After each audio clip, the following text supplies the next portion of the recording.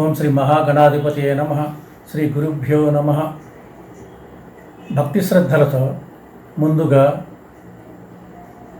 గణాధిపతిని ప్రార్థించుకుందాం. ఏ కార్యక్రమం చేపట్టాలన్నా, పూజలు చేయాలన్నా, అర్చనలు చేయాలన్నా, వ్రతాలు చేయాలన్నా ముందుగా గణేషుని పూజించాలి. గణేషుని కనుక పూజించకపోతే అన్ని విఘ్నాలే వస్తాయి.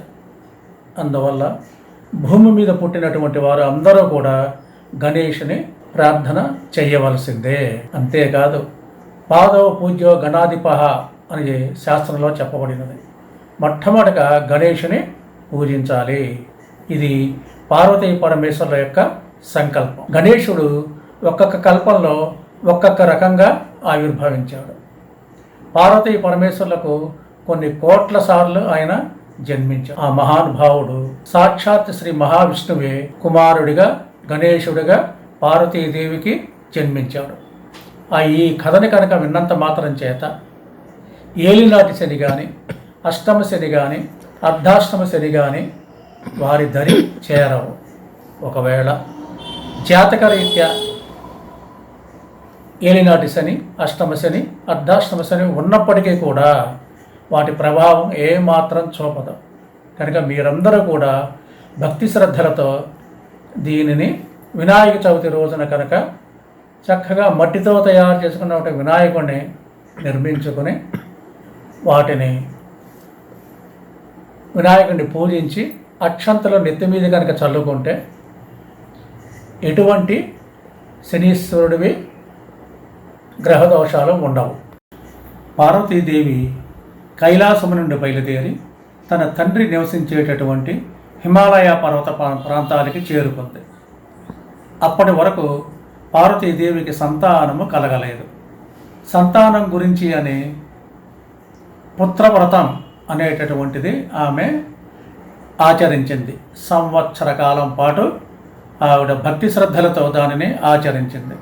ఈ వ్రతం చేసేటప్పుడు దీనికి హోమగుండం ఉండదు.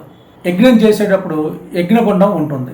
ఇది అందరూ చేసేటటువంటి వ్రతం కాదు. ఇది కృతయుగంలో జరిగినటువంటిది. చాలామందికి సందేహం కలగవచ్చు, పుత్రకామేష్టి యాగం ఉంది కదా, అది ఎందుకు చేయకూడదు అని. పుత్రకామేష్టి యాగం త్రేతాయుగంలో వచ్చింది. దానిని దశరథ మహారాజు గారు చేశారు. కానీ కృతయుగంలో మాత్రం పుత్రవ్రతం అనేది మాత్రమే ఉన్నది.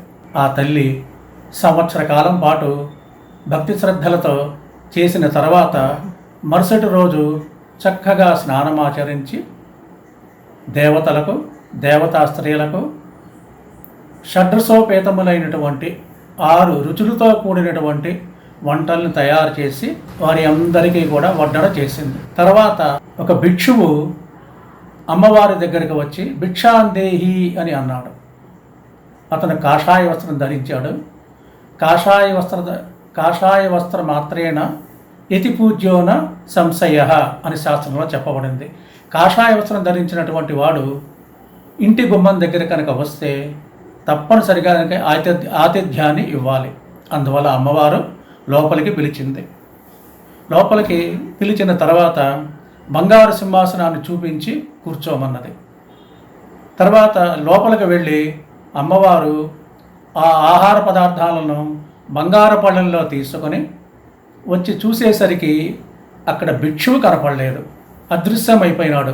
అరే, ఇప్పుడే కదా భిక్షువు ఇక్కడికి వచ్చింది, ఈలోపే ఎక్కడికి మాయమైపోయినాడు అని ఆలోచిస్తున్నంతలో పార్వతీ పరమేశ్వరులు పవళించేటటువంటి పరుపు మీద యక్షువుకు బదులు బిడ్డడు కనిపించాడు. ఆమె ఆశ్చర్యానికి లోనైంది. అప్పుడు ఆ బిడ్డడు అన్నాడు, నేనే శ్రీ మహావిష్ణువుని. నీ వ్రతానికి మెచ్చుకొని నీకు నేను కొడుకుగా వద్దామని, దత్తతగా వద్దామని నేను ఇక్కడికి వచ్చాను అని చెప్పి శ్రీ మహావిష్ణువు చెప్పగానే పార్వతీమాతకి ఆనందానికి హద్దులు లేవు. ఆమె ఎంతో సంతోషించింది. ఆ పిల్లవాడు ఎలా ఉన్నాడు అంటే కోటి చంద్రబింబములు కనుక కలిసి వస్తే ఏ విధంగా ఉంటుందో ఆ విధంగా తెల్లగా మెరిసిపోతూ ఉన్నాడు. అప్పుడు అమ్మవారు దేవతలకి, ఇతరులకి కబురు పెట్టింది. అందరూ కూడా అక్కడికి వచ్చి ఆయన్ని దర్శించుకొని అనేక కానుకలని ఇచ్చారు. చిట్ట చివర అందుకే మనకి శ్రీ మహావిష్ణువే విఘ్నేశ్వరుడిగా వచ్చాడు కనుక శుక్లాం వరధరం విష్ణుం అనే పేరు ఆ విధంగా వచ్చింది. ఆయన్ని పూజించేటప్పుడు సాక్షాత్ శ్రీ మహావిష్ణువే కుమారుడిగా వచ్చాడు కనుక శుక్లాం వరధరం విష్ణుం అని విఘ్నేశ్వరుని మనం ప్రార్థన చేస్తాం. ఇది ఒకటి గుర్తుపెట్టుకోవాలి. చిట్ట చివర అందరూ వెళ్ళిపోయిన తర్వాత నల్లటి రూపంతో ఒక ఆయన వచ్చి, అంబా తల్లి, నీకు కొడుకు పుట్టాడని చెప్పి విన్నాను. అందరూ వచ్చి ఆయన్ని దర్శించుకొని కానుకలు ఇస్తున్నారు. నేను కూడా కానుకలు తీసుకుని వచ్చాను అని తల ఎత్తకుండానే అమ్మవారికి కానుక ఇవ్వబోతుంటే అప్పుడు అమ్మవారు అన్నారు, ఎందుకు నాయనా నా కొడుకుని చూడకుండా కళ్ళు కిందకే వంచుకొని ఉన్నావు, కారణం ఏమిటి అంటే, తల్లి నన్ను శనీశ్వరుడు అని చెప్పి అంటారు. నేను సూర్య భగవానికి జన్మించినటువంటి వాడిని. నాకు పెళ్ళైన తర్వాత ఇంటి పట్టును నేను ఏనాడు లేను. అందుకని నా భార్య నన్ను శపించింది. నీవు ఎవరినైతే సూటిగా చూస్తావో వాడి తల పగిలిపోతుంది అని నాకు శాపం ఇచ్చింది. అప్పటి నుంచి భయంగా నేను తల ఎత్తి చూడకుండా నేను గడుపుతూ వస్తున్నాను. మార్గ మధ్యంలో నాకు ఒక మేకపోతు కనిపించింది. ఈ శాపము నిజమవుతుందా కాదా అని దాని వంక చూసేసరికి అది ఫట్మని దాని తల పగిలిపోయింది. అప్పటితో నాకు భయం వేసింది. తల్లి, అసలే మీరు పార్వతీ మాత, జగన్మాత, ఇంకేదైనా జరిగితే మీరు నన్ను క్షమించరు అని చెప్పి అనేసరికి అమ్మవారు పకపకమని నవ్వి, నాయన ఈ శాపాలు తాపాలు అన్నీ కూడా సామాన్యులకి వర్తిస్తాయి. సాక్షాత్ మేము పార్వతీ పరమేశ్వరులము, శ్రీ మహావిష్ణువే నాకు కొడుకుగా పుట్టాడు, అందుకని ఏమీ పర్వాలేదు, నువ్వు ఆయన వంక చూసి చక్కగా ఆయన చంద్రబింబం లాంటి కొడుకు కనుక ఆయన చూసి దర్శించమని చెప్పింది. అప్పుడు శనీశ్వరుడు విఘ్నేశ్వరుడు వంక చూడగానే విఘ్నేశ్వరుడు యొక్క తల ఢామ్ అని పగిలిపోయింది. వెంటనే పార్వతీదేవి పళ్ళు పటపటమని కొరికి, ఓరి దుర్మార్గుడా, అందుకే నిన్ను అందరూ శనిగాడు అని చెప్పి అంటూ ఉంటారు.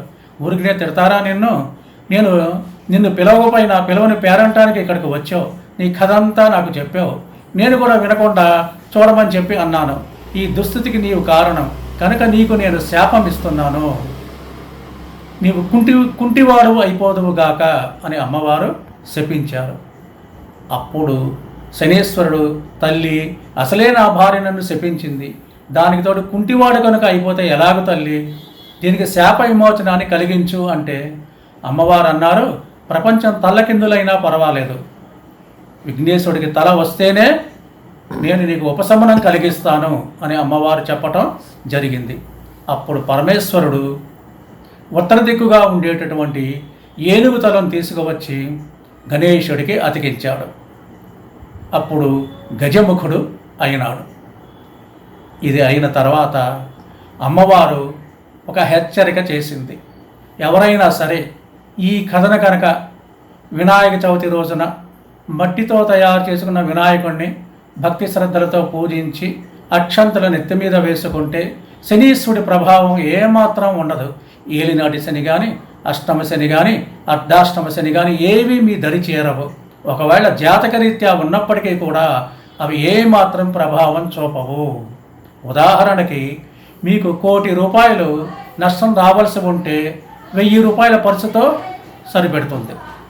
ఒకవేళ పెద్ద యాక్సిడెంట్, కారు యాక్సిడెంట్ కానీ, బస్సు యాక్సిడెంట్ కానీ జరగవలసిన పరిస్థితి వస్తే స్కూటర్ యాక్సిడెంట్తో సరిపోతుంది.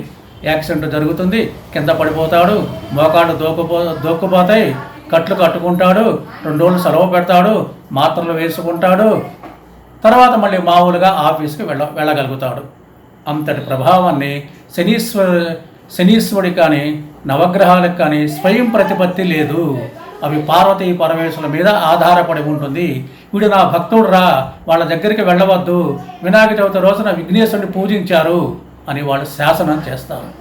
అందుకని దీనందరూ కూడా మీరు వినాయక చవితి రోజు వినియోగించుకొని ఈ కథను మీరు చక్కగా వినండి. అంతేకాదు ఆయనకి దేవాలయాలకు వెళ్ళినప్పుడు నవగ్రహాల చుట్టూ తిరిగేటప్పుడు శనీశ్వరునికి ఎదురుగా నిలబడి నమస్కారాలు చేయవద్దు. ఆ విధంగా చేస్తే గండం వస్తుంది. ఆ గండాల నుంచి తప్పించుకోవాలంటే శనీశ్వరుడికి కొంచెం పక్కగా నిలబడి ఆయనకి నమస్కారాలు చేసుకోండి. పొరపాటు ఎవరైనా అటువంటి గండాలు కనుక కలిగితే ఆ రోజు వినాయకుడిని పూజించి అక్షంతల నెత్తి మీద చల్లుకుంటే ఆ గండాల ప్రభావం కూడా ఉండదు. ఇప్పుడు మనం శ్వేతవరాహ కల్పంలో ఉన్నాం. కల్పభేదం దృష్ట్యా వినాయకుడు ఒక్కొక్క కల్పంలో ఒక్కొక్క అవతారం ఎత్తాడు. ఇది 111వ అవతారం మనం చెప్పుకోబోయేది. ఈ భూమి అంతా కూడా సముద్ర గర్భంలో కొట్టుకుని పోయింది. అప్పుడు శ్రీ మహావిష్ణువు శ్వేతవరాహ అవతారం ఎత్తి ఈ భూమిని పైకి లేపి ఉపరితలం మీద నిలబెట్టాడు. అందుకని దీనికి శ్వేతవరాహ కల్పము. తెల్లటి రూపంతో ఆయన వరాహ రూపంలో ఉన్నాడు కనుక ఈ కల్పానికి శ్వేతవరాహ కల్పము అనే పేరు వచ్చి ఒకనొక రోజున పార్వతీమాత కైలాసము నుండి బయలుదేరి నందీశ్వరుడితో పాటు తన తండ్రి అయినటువంటి హిమవంతుని దగ్గరికి హిమాలయ పర్వత ప్రాంతాలకి చేరుకుంది. కైలాసంలో కనుక ఉంటే మనకి దేవతలకు ఎటువంటి చెమటలు పట్టవు, కనురెప్పలు వాల్చరు, ఎటువంటి ఆకలి ఉండదు. కానీ భూమి మీదకి వచ్చేసరికి మానవులకి ఏ విధంగా కలుగుతుందో ఆ విధంగా ఆకలి వేస్తాయి, చెమటలు పడతాయి. ఆ విధంగా మానవులకి ఏవేమి ఉన్నాయో అవన్నీ కూడా దేవతా స్త్రీలైనప్పటికీ వాళ్ళకు కూడా కలుగుతాయి. అందుకని పార్వతీమాత అక్కడ నందీశ్వరుడికి చెప్పి నేను స్నానానికి వెళ్తున్నాను, ఎవరిని లోపలికి రానియ్యవద్దు అని చెప్పడం జరిగింది. కొంతసేపు అయిన తర్వాత పరమేశ్వరుడు లోపలికి వెళ్ళబోతూ ఉన్నాడు. నందీశ్వరుడు తన సేవకుడు కనుక, పార్వతీదేవి భర్త కనుక ఆయన తలదించుకొని లోపలికి పంపించాడు. అప్పుడు పార్వతీమాత సిగ్గుతో తల వంచుకుంది. అప్పుడు ఆమె అనుకున్నది, అదే నా సేవకుడు కనుక అయితే నేను చెప్పినట్టు ఆయన వినేవాడు, అందుకని నాకు కూడా ఒక సేవకుడు కావాలి అనుకున్నది. అమ్మవారు ఆ రోజు భాద్రపద మాసం శుక్లపక్షం చతుర్థి తిథి నాడు అమ్మవారు స్నానమాచరిస్తున్నది. స్నానమాచరిస్తూ ఉంటే ఆవిడకు ఈ భూమి మీదకి వచ్చిన తర్వాత ఏ విధంగా చెమటలు పడతాయో ఆమెకు కూడా చెమటలు పట్టినాయి. అప్పుడు ఆ చెమటని ఆవిడ చేత్తో ఇలా అన్నది. ఇలా అనేసరికి అది ఒంటి నుంచి మట్టి రూపంలో వచ్చింది. చాలామంది ఏ విధంగా చెబుతున్నారు అంటే అది సున్నిపిండితో తయారు చేసినది అని చెప్పి అందరూ అంటున్నారు. యథార్థానికి అది సున్నిపిండి కాదు, నలుగు పిండి కాదు. అమ్మవారు తన చేత్తో ఇలా రాసుకోవటం వలన మట్టి వచ్చింది, ఒంటి నుంచి మట్టి వచ్చింది. ఆ ఒంటి నుంచి మట్టితో విఘ్నేశ్వరుడు ఆవిర్భవించాడు. దీనిని అందరూ కూడా గుర్తుపెట్టుకోవాలి. వినాయక చవితి పుస్తకాల్లో కానీ వేరే చోట కానీ అన్నీ కూడా నలుగు పెట్టింది, సుండిపిండితో స్నానం చేసింది అన్నారు. అది వట్టి బోటకం, వట్టి అసత్యం కనుక దానిని సవరించుకోవాల్సిన బాధ్యత అందరికీ ఉన్నది. సంస్కృతంలో వ్యాస మహర్షుల వారు బ్రహ్మవైవర్త పురాణంలో రాశారు, వపుషో మల సంభవం, వపుషో మల సంభవం. వపుషో అంటే ఒంటి, మల అంటే మట్టి. ఆ ఒంటిని చేతితో రాసుకోవడం వల్ల మట్టి వచ్చింది. ఆ మట్టితో విఘ్నేశ్వరుడు ఆవిర్భవించాడు. అందుకని దీనికి ఈ కల్పంలో ఆ విధంగా ఆయన ఆవిర్భవించాడు. అంతేగాని సున్నిపిండితో కానీ నలుగుపిండి అని కానీ అది వట్టి బోటకం. వ్యాసమహర్షుల వారి కంటే గొప్పవాళ్ళు ఎవరూ లేరు కదా. ఆయన వేదాలన్నీ కలగాపులగంగా ఉంటే అక్కడ ఉదాహరణకి ఒక బియ్యం బస్తాలో చక్కెర కనుక కలిస్తే ఆ చక్కెరని మనం వేరు చేయగలమా? చెయ్యలేము. ఈ వేదాలు కూడా ఎక్కడ మొదలు పెట్టాలో, ఎక్కడ ఆపాలో, ఎక్కడ చివరో తెలుసుకోలేని పరిస్థితుల్లో కొంతమంది ఉన్నారు. అందుకని వేదాలను ఆయన 4 భాగాలుగా విభజించాడు. ఋగ్వేదము, యజుర్వేదము, సామవేదము, అథర్వణ వేదము. వీటిని విభజన చేసి తన శిష్యులైనటువంటి పైలుడు, జైముని, వైశంపాయనుడు, సుమంతుడు మొదలైన వారి చేత దశ దిశలా వ్యాపింపజేశారు.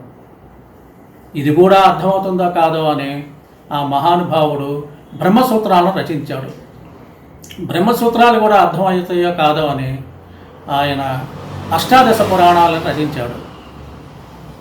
ఆ అష్టాదశ పురాణాలు అంటే మత్స్య, మార్కండేయ, భాగవత, భవిష్య, బ్రహ్మాండ, బ్రహ్మ వైవర్త, వరాహ, వామన, వాయు, విష్ణు, అగ్ని, నారద, స్కాంద, లింగ, గరుడ, కూర్మ, పద్మ పురాణంలోనే 18 పురాణాలని రచించాడు. 18 ఉపపురాణాలని రచించాడు. పంచమ వేదమైన మహాభారతాన్ని అందించారు, భాగవతాన్ని అందించారు. అంతకంటే గొప్పవాళ్ళు ఈ 14 లోకాల్లో ఎవ్వరూ ఉండరు. కనుక ఆయన బ్రహ్మవైవర్త పురాణంలో తన ఒంటిని నిమరటం చేత మట్టి వచ్చింది. ఆ మట్టితో విఘ్నేశ్వరుడు ఆవిర్భవించాడు. దీనిని మీరు తప్పనిసరిగా అందరూ కూడా ఇది మట్టితో విఘ్నేశ్వరుడు ఆవిర్భవించినటువంటిది అని గుర్తుపెట్టుకోవాలి. తర్వాత ఆ విధంగా విఘ్నేశ్వరుడు ఆవిర్భవించిన తర్వాత మనము పూజ ఏ విధంగా చేయాలి, ఎలా చేయాలి అనేది మనం చెప్పుకోవాలి. అప్పటికి ఇంకా గజముఖుడు కాలేదు. ఆ విఘ్నేశ్వరుడు ఒకానొక రోజున తీర్థక్షేత్రాలు దర్శించడానికి అన్ని ప్రాంతాలకు వెళ్తున్నారు. గంగానది దగ్గరికి వెళ్ళారు. గంగానదిలో స్నానమాచరించి బయటకు వస్తూ ఉండగా తులసి అడ్డు తగిలింది. నువ్వు అందంగా ఉన్నావు, నేను నిన్ను ప్రేమిస్తున్నాను, నేను వివాహం చేసుకుంటాను, నన్ను తులసి అని చెప్పి అంటారు. నేను గోలోకంలో రాధాదేవి చెలికెత్తను, కృష్ణుణ్ణి ప్రేమించాను, కనుక నన్ను వివాహం చేసుకో అని చెప్పి అనేసరికి విఘ్నేశ్వరుడు అన్నాడు, నేను శ్రీ మహావిష్ణువుకు మేనల్లుడిని, పార్వతీ పరమేశ్వరుల పుత్రుణ్ణి, కనుక నువ్వు నాకు వరసవి కావు, అందుకని నేను ఈ జన్మలో నేను నిన్ను వివాహం చేసుకోను అనేసరికి తులసి కోపగించి ఆగ్రహించి విఘ్నేశ్వరుని శపించింది. నీవు శీఘ్రకాలంలో నీ తల తెగి కింద పడిపోతుంది, అప్పుడు నీకు ఏనుగు యొక్క తలని అతికిస్తారు, అప్పుడు గజముఖుడివి అవుతావు అని చెప్పడం జరిగింది. అందువలన విఘ్నేశ్వరుడికి పరమేశ్వరుడు అమ్మవారు స్నానం చేస్తూ ఉంటే అప్పుడు అడ్డగించడం వలన ఆయన తలని పరమేశ్వరుడు ఖండించవలసి వచ్చింది ఆ శాపం వలన. తర్వాత పార్వతీదేవి కోరిక మేరకు ఉత్తర దిక్కుగా ఉండేటటువంటి ఏనుగు యొక్క శిరస్సును తీసుకుని వచ్చి అతికించడం జరిగింది. అప్పుడు వెంటనే విఘ్నేశ్వరుడు కూడా తులసిని శపించాడు. ఏమని అంటే, నువ్వు నన్ను అనవసరంగా నన్ను శపించావు, నేను ధర్మానికి లోబడ్డాను, నువ్వు నాకు వరసవి కాదు అన్నాను, అన్నందుకు నీ తల తెగి పడిపోతుంది, నీకు ఏనుగు తల నీకు అతికిస్తారు, నువ్వు పెద్ద బొజ్జతో ఉంటావు అని చెప్పి నన్ను శపించావు కనుక నీవు నా పూజకు అనర్హురాలివి, ఎట్టి పరిస్థితుల్లోనూ కూడా నిన్ను నా పూజకి వాడరాదు, ఇది నా యొక్క శాసనం అని చెప్పి బ్రహ్మవైవర్త పురాణంలో సాక్షాత్ విఘ్నేశ్వరుడే ఆ విధంగా చెప్పి ఉన్నాడు. అందుకనే తులసీం నా సమర్పయామి అని వ్యాసమహర్షుల వారు రచించడం జరిగింది. కానీ చాలామంది తెలుసో తెలియకో పూజారుల దగ్గర నుంచి పెద్దవాళ్ళ దగ్గర నుంచి ఆఖరికి మనకి వినాయక చతుర్థి పుస్తకాలలో కూడా తులసి దళం మీరు చెప్పింది కరెక్టేనండి, కానీ విఘ్నేశుని పూజించేటప్పుడు మాత్రం వినాయక చవితి రోజున మాత్రం ఆ ఒక్కరోజుకి తులసిని వాడవచ్చు అని చెప్తున్నారు. అదే వట్టి బూటకం, అది అబద్ధం. ఆ విధంగా కనుక ఆయన ఆ ఒక్కరోజు కూడా తులసి దళంతో పూజిస్తే అది నిష్ప్రయోజనం అయిపోతుంది, దానివల్ల ఉపయోగము లేదు. ఇది విఘ్నేశ్వరుడు ఆయన శాసించినటువంటిది. అందుకని ఎట్టి పరిస్థితుల్లోనూ కూడా వినాయకునికి మాత్రం తులసి దళంతో చతుర్థి తిథి నాడు కానీ లేదా వేరే సందర్భాలలో కానీ తులసి దళం మాత్రం ఆయనకి పనికి రాదు. తర్వాత గంగమ్మ తల్లి బయటికి వచ్చి ఆమె అన్నది, నాయన విఘ్నేశ్వర, పార్వతీదేవి మహాపుణ్యాత్మురాలు, నీలాంటి మహాత్ముడు ఆవిడికి కొడుకుగా జన్మించాడు, నీవు లోకేశ్వరుడివి, విఘ్నాధిపతివి అవుతావు, రాబోయే కాలంలో. అందుకని నీవు నాకు కూడా కొడుకుగా ఉండు అని చెప్పి గంగాదేవి ఆయన్ని భక్తితో ప్రార్థించింది. అప్పుడు విఘ్నేశ్వరుడు, తల్లి, నేను పార్వతీమాతకి కుమారుణ్ణి, పుత్రుణ్ణి, నీకు కూడా నేను పుత్రుడిగా ఉంటాను. కనుక నీవు ఒక పని చెయ్యాలి. ఏమిటి అంటే, వినాయక చతుర్థి నాడు గంగా నదిలో ఉన్నటువంటి మట్టి లేదా భూమి మీద ఉన్న మట్టితో ముద్దగా చేసి భక్తులు, నాకు తులసీదేవి శాపం ఇచ్చింది కనుక నేను గజముఖుని అయిన తర్వాత వినాయకుడి రూపంలో నా ప్రతిమను తయారు చేయాలి. దానిని మృత్ ప్రతిమ అంటారు. మట్టితో తయారు చేసింది కనుక మృత్ ప్రతిమ అంటారు. ఆ విధంగా మట్టితో తయారు చేసి చతుర్దశి తిథి నాడు భాద్రపద మాసంలో శుక్లపక్షంలో నన్ను పూజిస్తే అటువంటి వారి ఇంట నేను కుమారుడిగా ఉంటాను. నీకు కూడా నేను ఆ రోజు నుంచి 11 రోజుల పాటు కుమారుడిగా నేను నీకు ఉంటాను అని విఘ్నేశ్వరుడు గంగాదేవికి మాట ఇచ్చాడు. అందుకని అప్పటి నుంచి ఇటు పార్వతీపుత్రుడు, ఇటు గంగాదేవి పుత్రుడు. అందుకని వాళ్ళిద్దరికీ కూడా గంగా పార్వతీదేవుల పుత్రుడు, ద్వై మాతృవాహ అని చెప్పి అన్నారు. అంటే ఇద్దరు తల్లుల ముద్దుల బిడ్డని నేనే అని చెప్పడం జరిగింది. అందుకని విఘ్నేశ్వరుణ్ణి మట్టితోనే తయారు చేయాలి, ఇది నా శాసనం అని చెప్పి అన్నాడు. మట్టి విగ్రహంతో తయారు చేయాలి. తర్వాత దానిని 1వ రోజు కానీ, 5వ రోజు కానీ, 7వ రోజు కానీ, 9వ రోజు కానీ, 11వ రోజు గారిని ఆ తేదీల్లో నన్ను పూజించుకోవాలి. పూజించేటప్పుడు మనకి సంఖ్యలో నన్ను పూజించాలి. నన్ను నిమజ్జనం చేసేటప్పుడు గంగలోనే నిమజ్జనం చేయాలి. ఎందుకంటే నేను ప్రకృతి నుంచి పుట్టాను, ప్రకృతి దాంతోనే నన్ను అందరూ పూజిస్తారు. ఆ విధంగా నేను నీకు కొడుకుగా ఉంటాను. ఒకవేళ మంగళవారాలు శుక్రవారాలు వస్తే నన్ను నిమజ్జనం మాత్రం ఎట్టి పరిస్థితుల్లోనూ చెయ్యకూడదు. 1వ రోజు ఒకవేళ సోమవారం కనుక వస్తే సోమవారం పూజ చేసి మంగళవారం రోజు మాత్రం కలపకూడదు. అదేవిధంగా గురువారం కనుక వినాయక చవితి వస్తే గురువారం పూజించి శుక్రవారం నాడు కలపకూడదు. ఎప్పుడు కలపాలి? సరి సంఖ్యల్లో కలపాలి.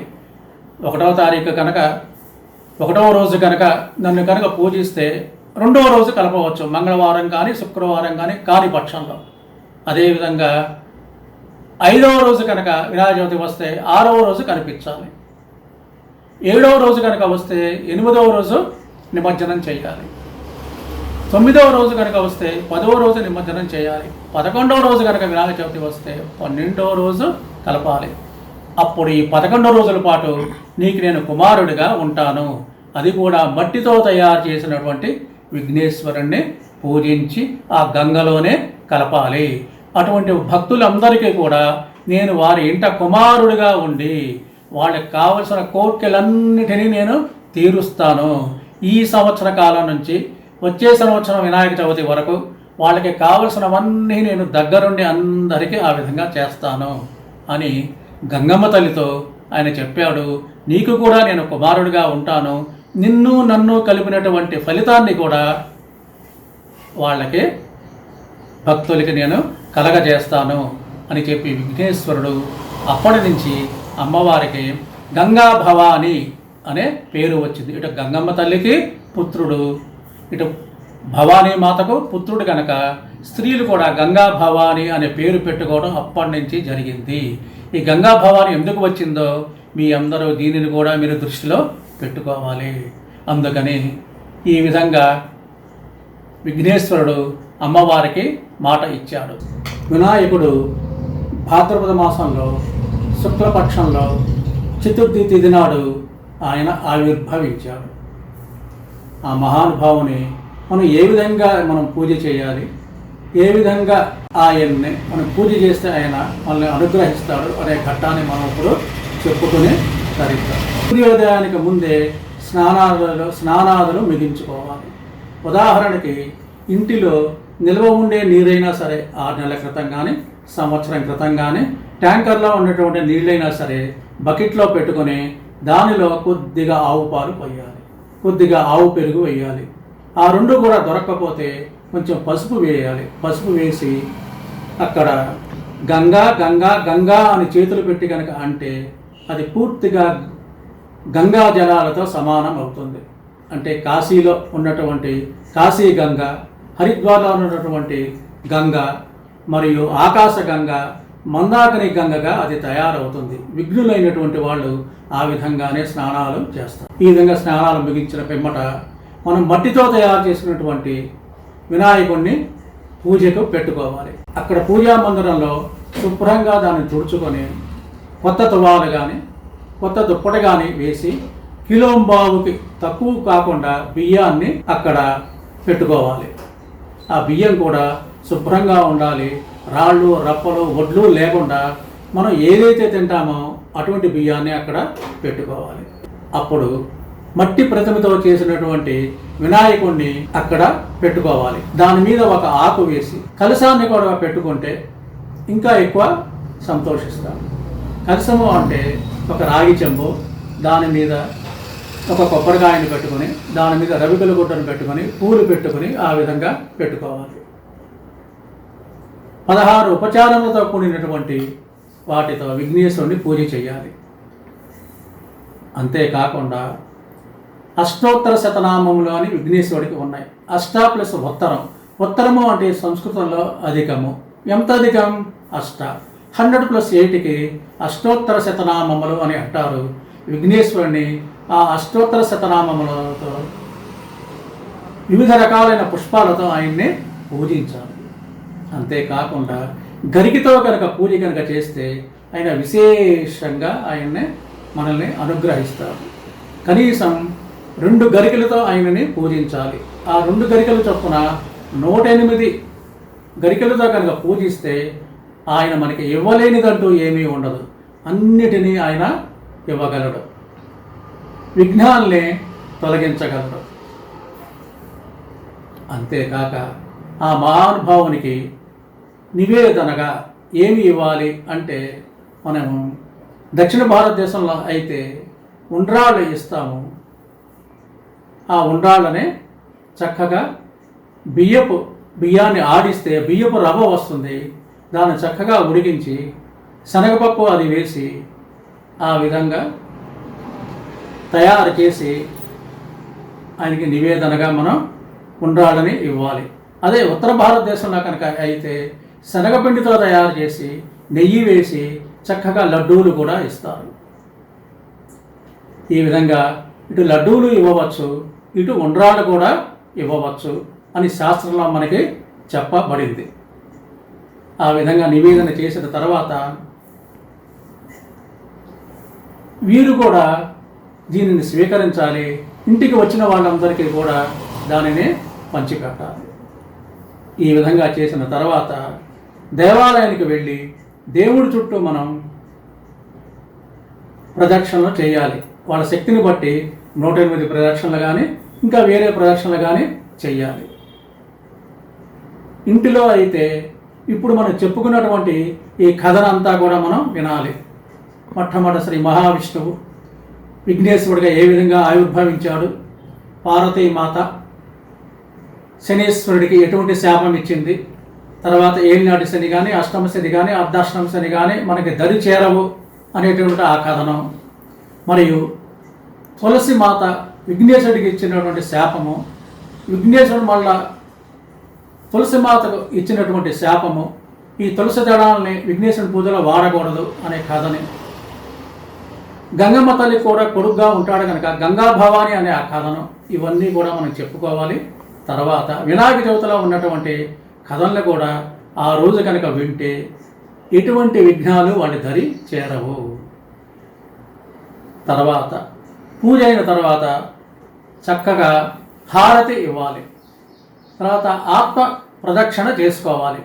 ఈ ఆత్మ ప్రదక్షిణ హారతి కనుక ఇవ్వకపోతే మనం ఎంత పూజ చేసినా కూడా అది వ్యర్థం అవుతుందని విఘ్నేశ్వరుడు చెప్పడం జరిగింది. తప్పనిసరిగా హారతి ఇవ్వాలి, ఆత్మ ప్రదక్షిణ చేసుకోవాలి.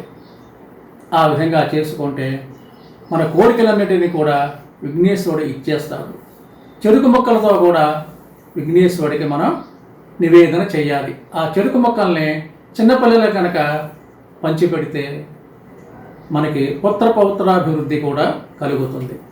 ఒకవేళ వాళ్ళకి ఏదైనా వాహనములు ఉంటే, స్కూటర్ కానీ, కారు కానీ, ట్రాక్టర్ కానీ, బస్సు కానీ ఏదైనా సరే అవి కనుక ఉంటే వాటిని కూడా శుభ్రంగా కడిగి వాటిని పూజించి అర్చన అది చేస్తే వాళ్ళకి ఎటువంటి ప్రమాదములు కూడా ఆ వెహికల్స్కే జరగవు. ఈ విధంగా మనం వినాయక చవితి రోజున తప్పనిసరిగా ఇవన్నీ కూడా వినాలి. అప్పుడు మనం చంద్రుడిని చూసినా కూడా మనకి ఏమీ అపకారం ఉండదు.